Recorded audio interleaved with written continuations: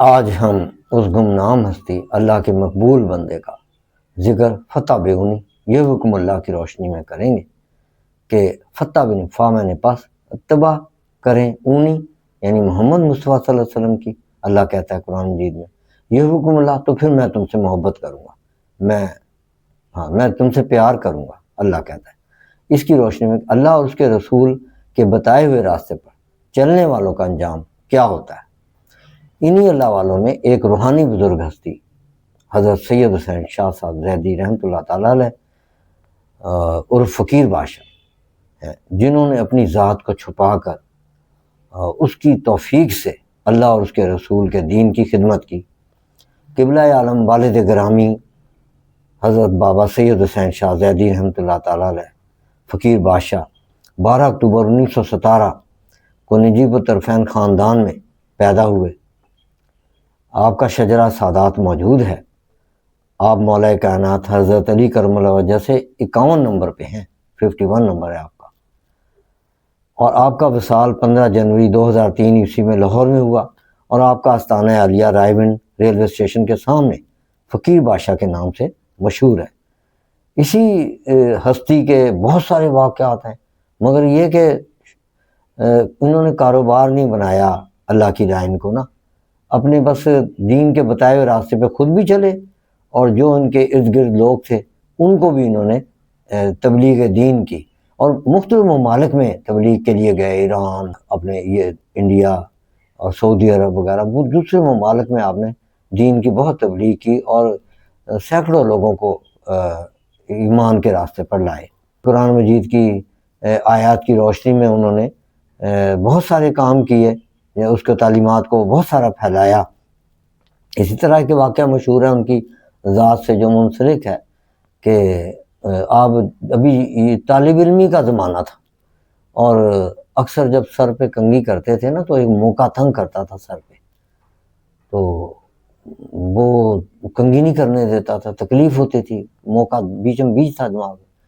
تو انہی دنوں میں آپ ایک مرتبہ محو خواب تھے کہ کیا دیکھتے ہیں، آپ گزر رہے ہیں سڑک پہ سے، تو راستے میں ایک اونچا سا مزار ہے، لوگ لین قطار لگے ہوئے ہیں اس مزار سے نا، دعائیں مانگ رہے ہیں کہ اپنی اپنی دعائیں مانگ رہے ہیں بڑی۔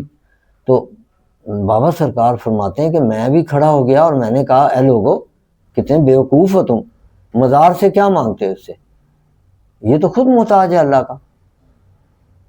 تو انہوں نے کہا ہم نا یہ اللہ والے ہیں، لوگوں نے کہا یہ اللہ کے قریب ہیں اور اللہ کے پیارے ہیں، ہم اس لیے ان سے مانگ رہے ہیں۔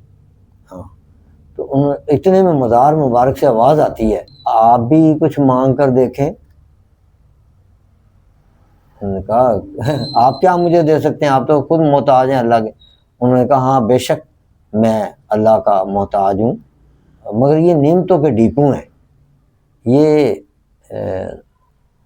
صدقہ بڑھتا ہے اہل بیت کا یہاں سے، یہ ڈیوٹی ہے میری، میں خود محتاج ہوں، جو میرا کہاں ڈیپو ہے، ڈیپو بھی ان کا، نعمت بھی ان کی، جو آتا ہے آگے بانٹ دیتے ہیں، ہماری تو ڈیوٹی ہے یہ، آپ بھی کچھ مانگ کے دیکھیں۔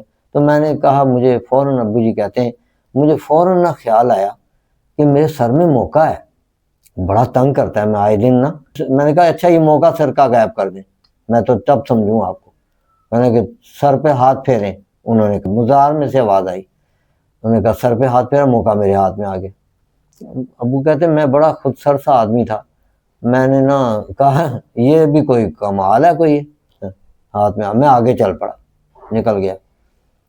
صبح کو جیسے میری آنکھ کھلی فجر کے ٹائم پہ، نماز کے ٹائم پہ، تو میں نے ہاتھ سر پہ پھیرا، خواب یاد آیا، تو ایک دم سے نا میں نے محسوس کیا وہ تو میرے ہاتھ میں آ گیا موقع، اور میں نے جا کے خواب اپنے استاد گرامی سے جو تھے اس وقت ان سے ذکر کیا، تو انہوں نے کہا بیٹے یہ بارگاہ تھی مردان حق کی بارگاہ ہے، اس میں بیٹے ادب سے رہنا چاہیے، آپ نے اس طرح سے بات کی کیونکہ آپ کا تعلق سادات سے ہے کہ آپ کی ناز برداری کی ہے انہوں نے، یہ بیٹے اللہ والے ہوتے ہیں، یہاں ان سے ادب سے بات کرتے ہیں، اس طرح سے نہیں، ادب کا دامن ہاتھ سے نہیں چھوڑنا چاہیے۔ یعنی مجھے پھر ابو جی کہتے ہیں پھر مجھے شوق ہو گیا اس راستے کا، اور میں تلاش میں نکل گیا کہ وہ مزار کہاں ہے، اس طرح سے میں تلاش میں، اس طرح کے اللہ والے۔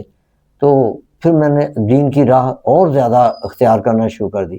تو قرآن مجید کے مطابق میں نے یعنی قرآن مجید پڑھا، ترجمے سے پڑھا، اور بہت سارے منمق ہو کے اللہ کی مخلوق کو پھر اس کا درس دینا شروع کیا.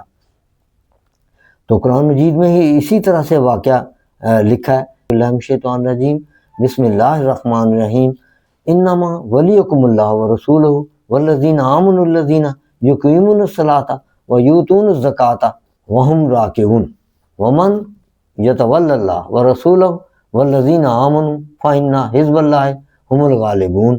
صدق اللہ العظیم. تمہارے دوست مگر نہیں اللہ اور اس کا رسول اور ایمان والے کہ نماز قائم کرتے ہیں اور زکوٰۃ دیتے ہیں اور اللہ کے حضور جھکے ہوئے، اور جو اللہ اور اس کے رسول اور مسلمانوں کو اپنا دوست بنائے تو بے شک اللہ ہی کا گروہ غالب ہے.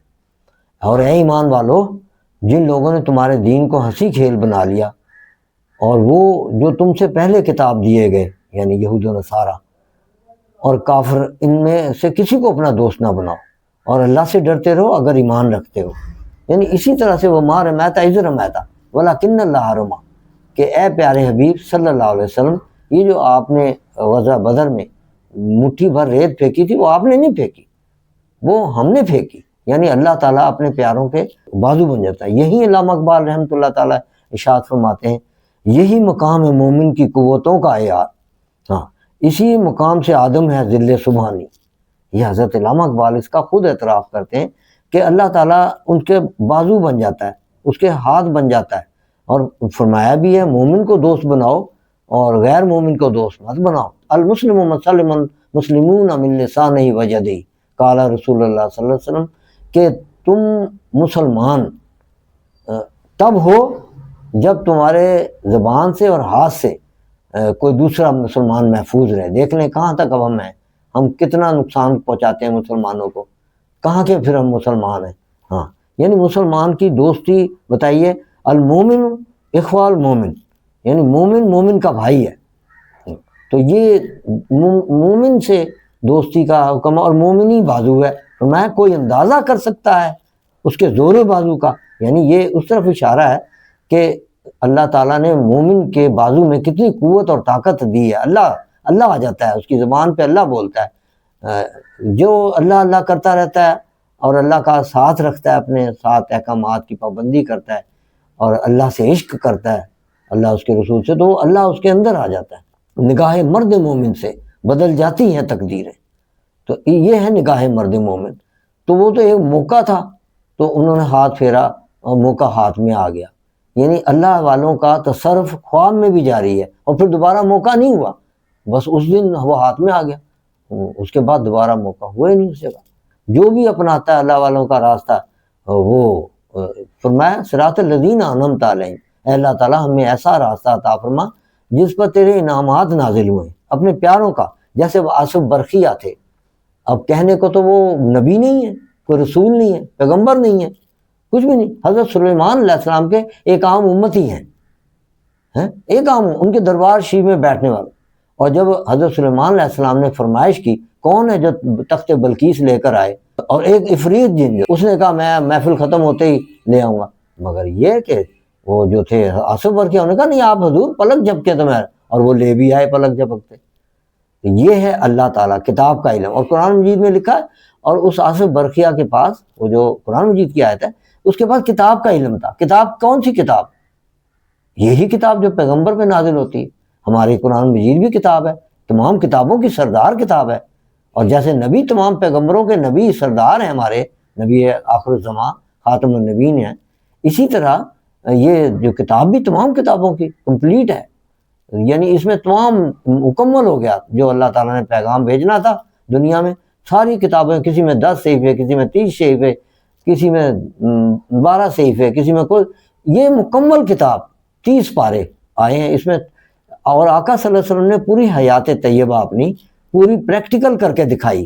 ہاں تمہارے 22.5 سال 23 سال میں یہ جو نازل ہوا ہے قرآن مجید، آپ کی حیات مبارکہ پہ نازل ہوا. آپ نے ایک ایک چیز کو عملی جامہ پہنایا، اور لوگوں کو یہ نہیں کہنے کا موقع دیا کہ یہ تو ہم نے کوئی کر ہی نہیں سکتا. وآخر دعوانا الحمدللہ رب العالمین والصلاۃ والسلام علیک یا خاتم النبی صدق اللہ علیہ